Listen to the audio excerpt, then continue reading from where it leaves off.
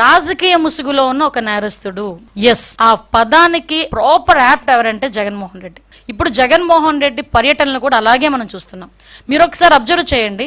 సత్యసాయి జిల్లాకి ఒక పరామర్శకి పోయాడు. ఆ రోజు అలాగే హెలికాప్టర్ దగ్గర రచ్చ చేశారు వైసీపీ కార్యకర్తలు. తర్వాత హెలికాప్టర్ ఏదో పని చేయట్లేదు, ఏదో సాంకేతిక లోపం ఉందని బై రోడ్ వెళ్తూ ఓ పెద్ద రోడ్ షో చేసుకుని వెళ్ళాడు. పొదిలి వెళ్ళారు, రైతుల గురించి అని చెప్పేసి వెళ్ళారు.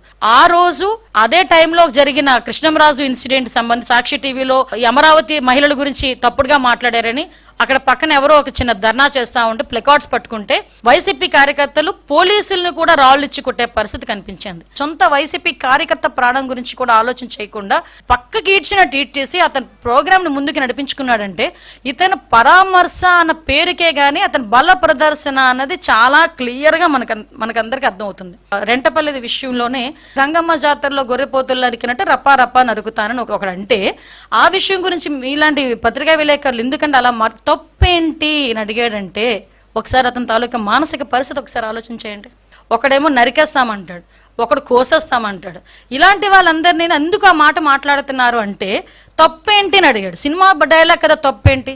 ఏ సినిమాలో నీకు చంపేసుకోవటాలు చాలా హింస చూపిస్తారు, ఆ హింస అంతా బయట చేస్తే తప్పు లేదా అంటే మీ దృష్టిలో తప్పు కాదా అది? దాని గురించి ఎవరైనా మేము ఏదైనా పోలీస్ కేసు పెడితే అదేదో పోలీసులు హింసించేస్తున్నారు అన్నట్టుగా మాట్లాడే పరిస్థితి కనిపిస్తూ ఉంటే నిజంగా చాలా బాధ అనిపిస్తూ ఉందండి. రాజకీయాలు ఇలాంటి వాళ్ళు ఉండడం అన్నది అర్హత లేని పరిస్థితి.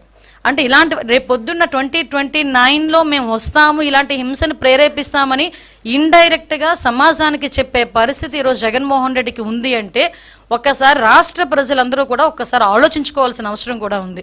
దయచేసి నేను ఒకటే చెప్తున్నా, నేను మళ్ళీ చెప్తున్నానండి. ఈరోజు మేము ఇంకొక విషయం చెప్పాలండి.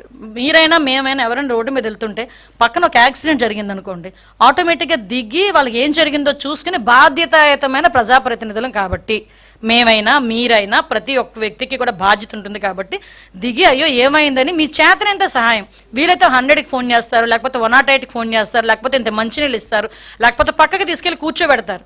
సొంత కార్యకర్త, నీ గురించి వచ్చిన కార్యకర్త నీ కారు కిందే పడి నలిగిపోతా ఉంటే పక్కకి ఇసిరేసి నీ కాన్వాయ్ గెలుపుతూ సెల్ఫీలు ఇచ్చుకుంటూ చేతులుపుకుంటూ వెళ్తున్నావంటే ఎంత నిర్దయ ఈ జగన్మోహన్ రెడ్డికి.